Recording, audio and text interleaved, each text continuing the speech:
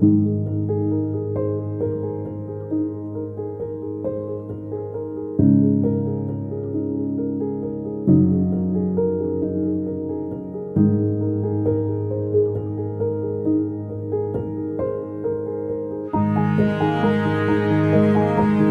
siang Ibu.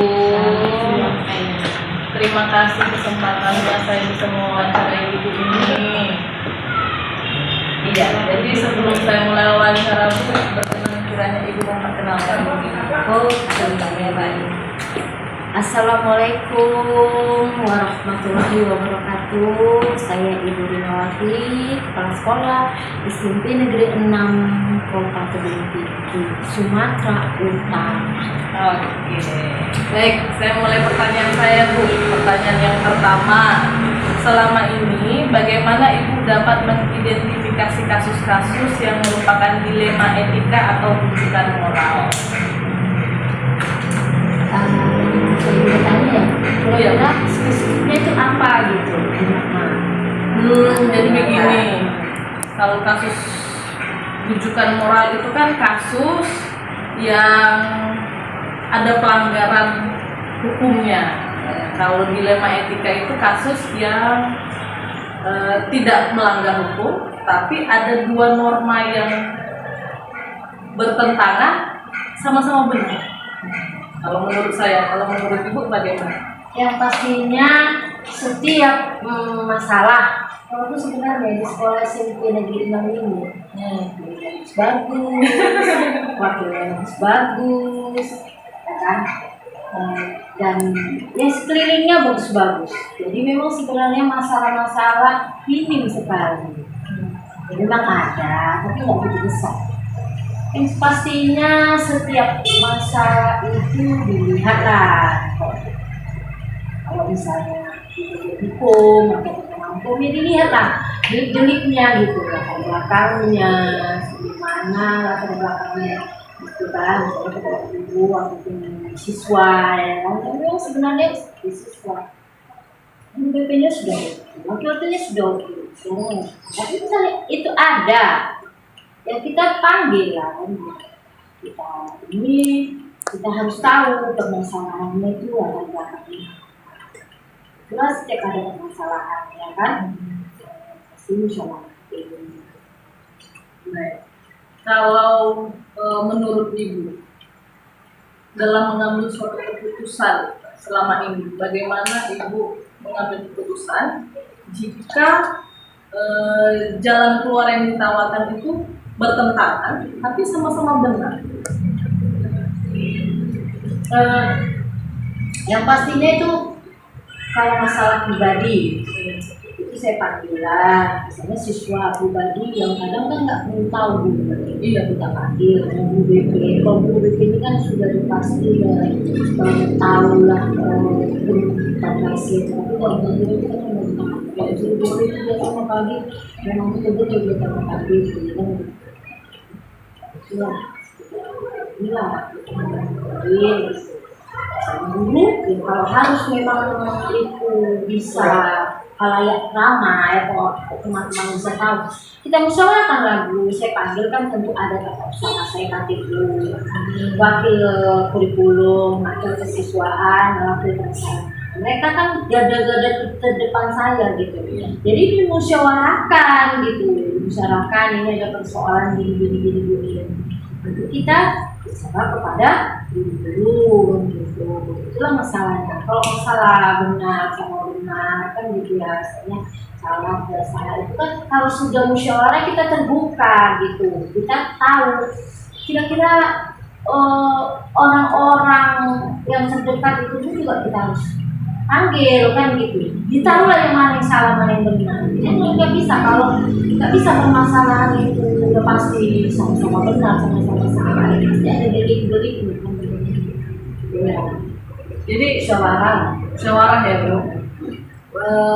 Bisa dibocorkan sedikit Bu prosedur Ibu dalam mengambil keputusan ini ya? Punya langkah-langkahnya misalnya. Saya memang tapi ada masalah gitu kan, pasti ada itu pengaduan masalah. Kita panggil aja, ini ada permasalahan, langkah-langkahnya yang pasti saya itu lah. ada tahu latar belakang, ya kan? Kita tahu, harus cari tahu. Kita harus cari tahu permasalahan itu di mana.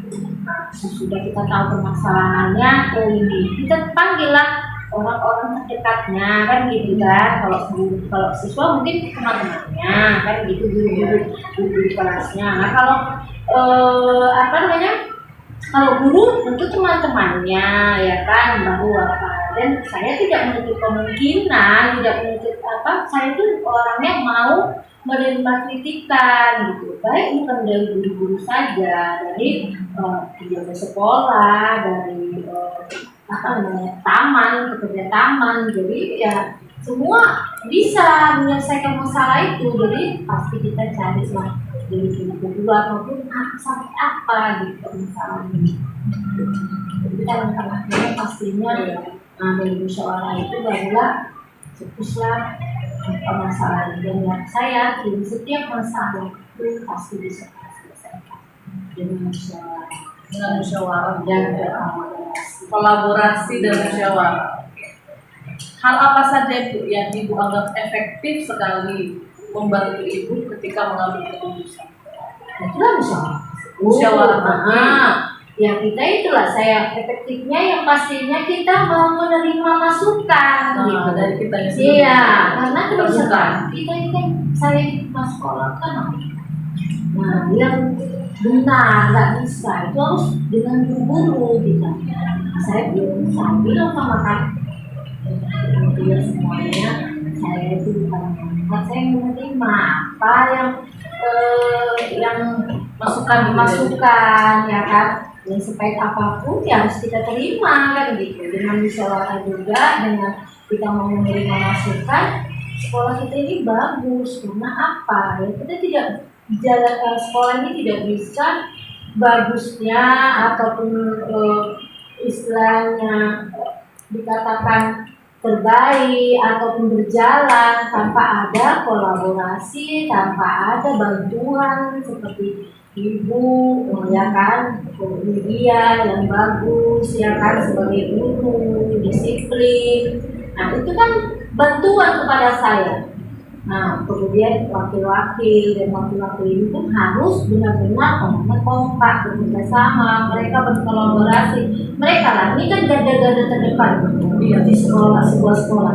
Nah kalau mereka yang empat ini, ya KTU, kemudian bagian kurikulum, kesiswaan dan pelaksanaan, mereka pecah, ini pasti sekolah itu tidak bagus. Kenapa? Yang pastinya guru-guru sudah tidak mencontoh yang baik. Jadi itulah keduanya, dan saya juga harus sangat berterima kasih pada mereka. Tantangannya kalau mengambil keputusan apa ya? Aduh maaf ya, saya sekolah, saya rezeki itu bukan berupa masalah uang aja ya. Kalau gaji ya itulah kita namanya pegawai negeri, ya kan. Mendapat anggota ataupun guru-guru, saya ditempatkan di SMP Negeri 6, berketepatan saya mendapat wakil-wakil yang bagus, guru-guru yang bagus, itu adalah merupakan rezeki yang menginginkan. Jadi maaf, saya ya mudah-mudahan jangan. Ya selama ini belum ada tantangan. Karena setiap permasalahan itu bisa diselesaikan. Gitu ya. Oke. Pada saat Ibu menyelesaikan suatu kasus itu, perlu penjadwalan khusus atau bagaimana? Berketepatan. Kasus-kasus ini ada misalnya, saya nggak pernah ada jadwal yang bagaimana orang kasus itu ada, saya tangani langsung. Misalnya ada sesuai situasi gitu. Saya panggil guru tersebut, ya kan, lalu kita bicarakan lah baik-baik, kan gitu, ya kan. Misalnya murid ada permasalahan begini dari guru BK atau guru kesiswaan, kita panggil orang tuanya. Jadi di situ ada permasalahan, ya kan, langsung ditunda. Tidak ditunda. Oke. Ada tidak Bu orang-orang di belakang yang Ibu percayakan membantu Ibu? Udah dari pertama mempertimbangkan keputusan. Saya bilang udah dari pertama. Oke. Bisa disebutkan? Itu saya 3 atau bilang 4 tadi? 4 kata usaha. KTU. Kepala tata usaha. Oke. Dia itu kan bagaimana tata usaha atau di bagian kantor itu bisa beres kan ini administrasi gitu ya? Iya. Oke. Enggak saya. Iya. Saya itu kan yang dikatakan apa nih? Manajernya gitu. Mereka kalau mereka benar-benar bekerja, maka sekolah itu bagus. Bagian dulu. Kurikulum, lihat, kasih kapan, perbuatan RPP apa, itu harus kita akui gitu di sini. Kemudian kesiswaan itu waktu kesiswaan itu dia melihat bagaimana tentang siswa ini, kapan-kapan ada acara pramuka, kapan pelatihan misalnya paski, itu kan pramuka kesiswaan, ya kan? Kemudian sarana dan prasarana, siapa yang memerlukan ini tamu, ada komputer, ada laptop, ada ini kan mereka lah yang selalu memberi masukan kepada saya, kemudian musyawarah mereka lah selalu hari Senin pagi itu saya mereka tidak ada jadwal ya kan, tidak musyawarah hari ini, besok sampai Sabtu ada kegiatan begini kita harus melaksanakan.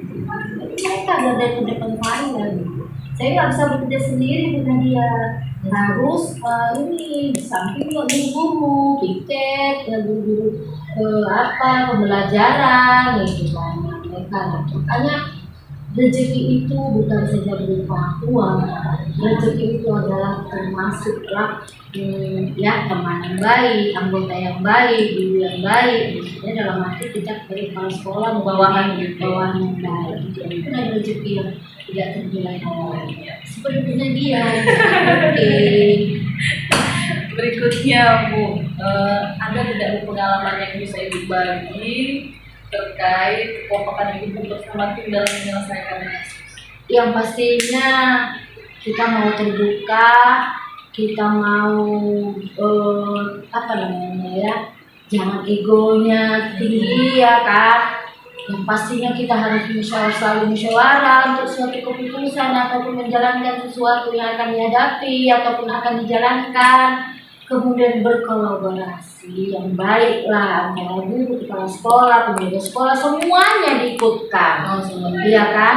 Dan kita harus juga saling menyayangi, kasih mengasihi. Begitu. Jadi itulah bisalah terbentuk suatu anggota ataupun yang namanya Tim gitu ya? Tim ataupun warga sekolah yang baik, sehingga mudah-mudahan sekolah kita menjadi baik. Rencana ke depan Ibu terkait tim yang Ibu bicarakan, apa harapan Ibu? Harapan kita ya selalu kompak selalu bekerjasama, jangan ini jalan sendiri-sendiri. Saya katakan saya itu bukan mereka. Kalau mereka tidak punya kesalahan, kita itu manusia, punya kesalahan. Yang pastinya saling ya kan, tidak ada yang membeda-bedakan. Saya sebagai ibu, sebagai orang tua, sebagai bapak di sekolah, saya ini lah. Buat Buat yang menurut Ibu keputusan yang efektif itu yang seperti apa? Yang keputusan yang jelas namanya musyawarah kita. Tidak mungkin kan hal-hal yang dulu itu diminati orang banyak. Jadi kalau pastinya dia hasil musyawarah, pasti yang terbaik yang diminati orang banyak. Itulah kita ambil. Itulah kita ambil kan. Nggak mungkin. Saya yakin kitanya apalagi guru lah, tidak tutup mata pasti yang terbaik yang dipikirkan. Kita makanya udah jadi guru ini kan guru dan ditiru ya kan. Jadi pastinya keputusan kita dalam arti keputusan banyak itu saya yakin pasti nggak mungkin orang yang banyak ini salah mengambil keputusan. Yang pastinya itulah perlunya kita musyawarah, keputusan terbaik itu pasti sudah ada ini. Ya, gitu. Oke. Bu, terakhir dari saya, apa perasaan Ibu ketika saya wawancara Ibu? Bagaimana menurut Ibu wawancara dengan saya? Gini, Bu Epana kan yang saya ya, kalau pindahan, jelasnya, ya kan. masalah perasaan saya gembira aja gitu, karena setiap pertanyaan itu menurut saya mengalir aja, apa memang kita kerjakan, tidak pernah ada. Ya saya happy aja, saya pun berusaha untuk baik, ya kan, dan saya yakin di akan begitu kedepannya, mudah-mudahan di akan bisa menjadi saya, ya kan, rezekinya bisa bagus, ya kan, menjadi kepala sekolah, pengawas, bahkan jadi kepala dinas, ya kan. Jadi yang pastinya saya senang dengan saya itu. Oke, terima kasih Bu kesempatannya. Bapak Ibu Kepala Sekolah saya Ibu Rinawati dari SMP Negeri 6 Tebing Tinggi. Saya tutup wawancara hari ini. Terima kasih. Assalamualaikum. Panitia juga.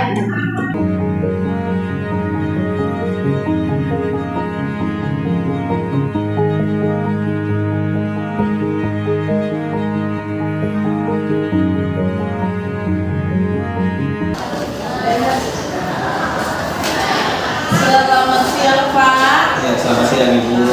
Sebelumnya saya berterima kasih atas saya semua dari Bapak.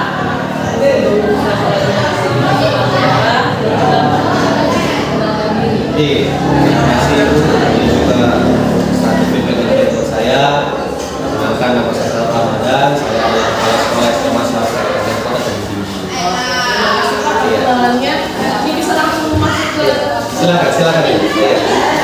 Kita diskusi hangat. Iya, ini.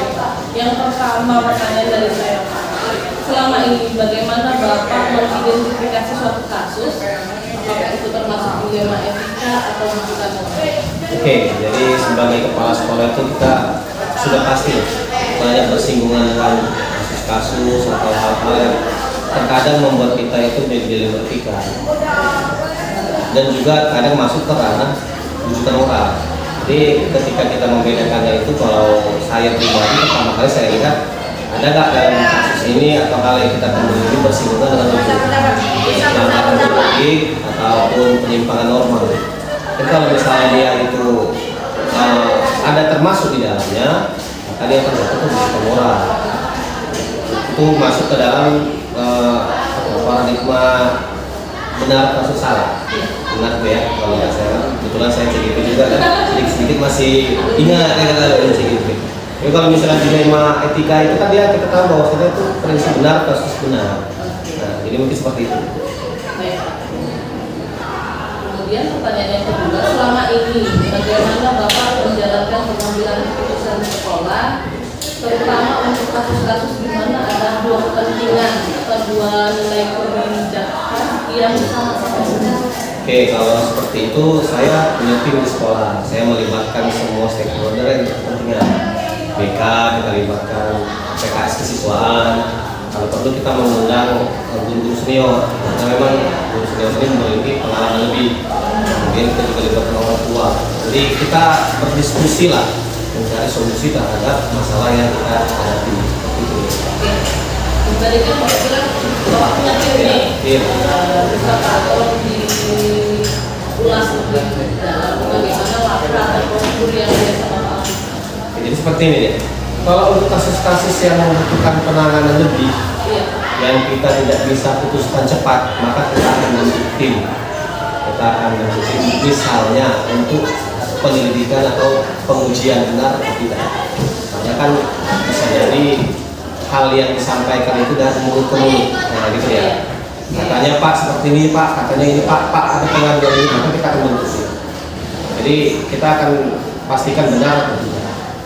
Kemudian langkah selanjutnya kalau memang betul nyatanya benar, kita akan bagaimana sih penanganan yang pas untuk kasus yang benar. Jadi ada kebetulan hal-hal yang bisa kita putuskan cepat, ada hal-hal yang mesti kita butuhkan tim untuk penanganan lebih lanjut. Ya, jadi step gitu. Biasanya prosedur yang Bapak lakukan ini untuk kasus yang melibatkan siswa atau melibatkan bawahan Bapak? Kalau yang dua-dua, jadi kalau misalnya bawahan itu juga membutuhkan penyelidikan lebih lanjut, itu kita akan bentuk tim. Coba kita minta tim untuk bertugas menyelidiki itu benar atau tidak. Seperti siswa juga seperti itu, itu sama. Sama. Terima kasih Pak. Lanjut yang lainnya Pak.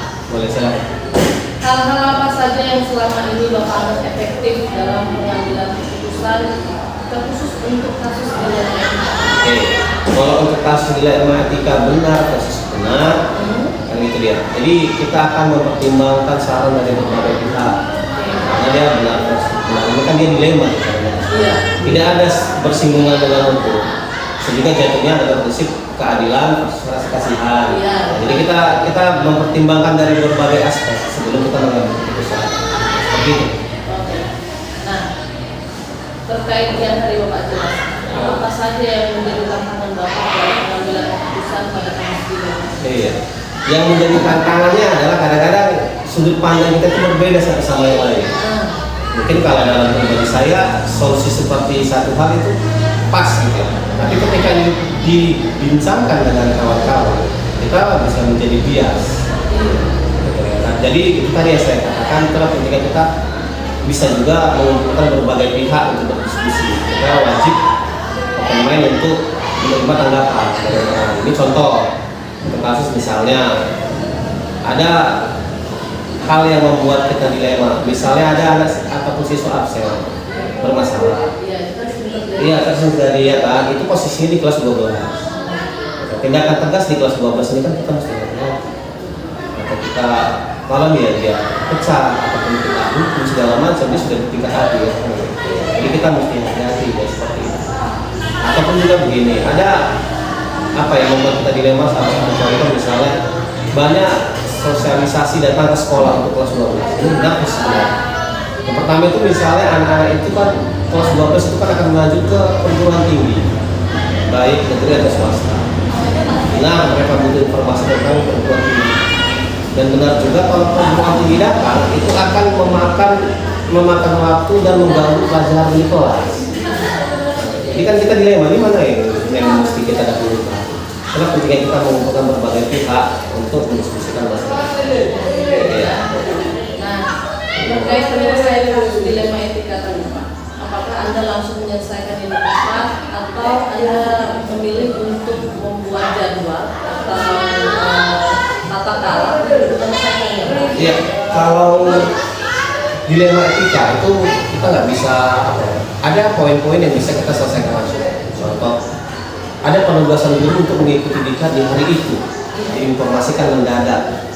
Benar, itu pengembangan kompetensi. Tapi benar juga, ketika dia berangkat pergi mengikuti kegiatan, dia akan meninggalkan kelas. Ya kan, itu kan kalau kita butuh penanganan yang lama, agak menjadi tidak sesuai karena kita butuh solusi cepat. Jadi tergantung sama masalah yang kita hadapi di sana. Nah, ya, jadi kalau misalnya bagaimana saya memutuskan tergantung situasional yang saya hadapi saat ini. Iya, situasional saya seperti apa? Ada lagi? Selanjutnya, adakah seseorang atau faktor apa yang selama ini mempermudah membantu Bapak dalam pengambilan keputusan? Oke, dalam kasus dilema etika tadi. Ya, untuk kasus dilema etika itu faktor yang paling membantu saya itu adalah apa ya? Tim yang memiliki kedekatan dengan saya. Saya akan banyak berdiskusi dengan tim kita. Tim ini sudah lama dibentuk. Sudah lama Memang khusus dibentuk. Dari semua yang Bapak sampaikan tadi dan pengalaman yang sudah Bapak alami, pembelajaran apa yang bisa Bapak dari kasus-kasus ini? Iya. Jadi terkadang kasus-kasus yang saya hadapi atau dilema-dilema yang saya hadapi ini membuat kita berpikir keras bagaimana untuk menyelesaikannya. Jadi hikmah yang bisa saya petik adalah kita itu wajib mendengarkan saran dan diskusi dari berbagai pihak. Karena memang ketika kita meminta tanggapan dari rekan yang lain tentang satu masalah, bisa jadi ini solusi terbaik dibanding kita memutuskan langsung tanpa berkoordinasi dengan pihak terkait. Nah, jadi memang kalau untuk dilema etika ini saya pribadi ya sebagai kepala sekolah itu akan condong mendiskusikannya dengan kawan-kawan yang lain, dengan kawan-kawan yang mungkin pernah bersinggungan dengan masalah itu, yang sudah pernah menghadapi hal yang sama, kemudian yang sudah juga punya kompetensi di bidangnya.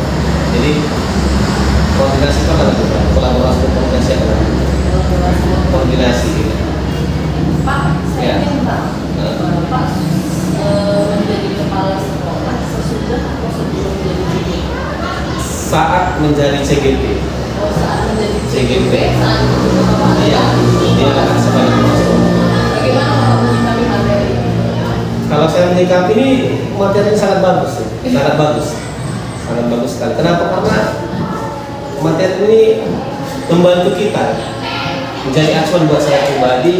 Bagaimana saya akan mengambil keputusan? Karena beda yang saya hadapi ketika saya menjadi guru ketimbang ataupun sesudah saya menjadi kepala sekolah. Kalau menjadi guru mungkin nggak sekompleks ini permasalahan yang kita hadapi. Mungkin kita hanya bersinggungan dengan anak didik. Jadi jadi permasalahan seputaran itu saja. Tapi ketika sudah menjadi kepala sekolah, semua mesti kita sikapi dan punya bersinggungan masalah dengan peserta didik, dengan bawahan, dengan rekan sejawat, dengan stakeholder yang lain, kadang-kadang bisa berbenturan. Jadi ilmu yang saya dapat tentang 9 langkah pengambilan keputusan ini menjadi acuan buat saya.